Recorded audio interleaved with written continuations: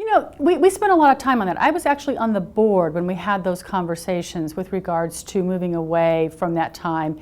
And we really took a look at it. And one of the things that we were looking at is that we had an annual meeting and a mid-year meeting. And the amount of time that that took, volunteer effort, really it is. I mean, it's staff time, but it's also volunteer time as well. So 2 meetings, 2 program planners, really, you know, looking at that. And so we spent, I think, a good year. Actually, the current president this year, Sandy Bulmer, and I were actually on that committee together.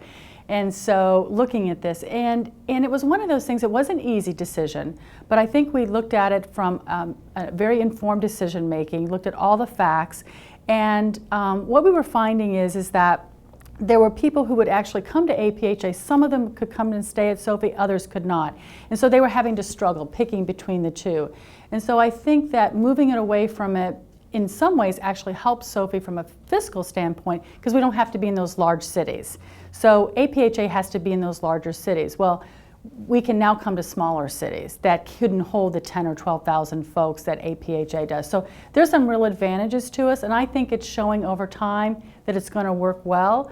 I think that we'll see our revenue generating. I think we'll be fine, and I think it's good for our volunteers, our Sophe volunteers. They've got 1 meeting a year they can plan for. They can think about their abstracts. They can think about their students coming, which I think is very, very helpful because now students can start planning in the fall for a spring conference, and so they can start planning their fundraising and getting all their monies together to be able to come to a spring event. So for me, I think it was a good decision, and I think that we'll find out over time that is really the right decision for Sophe.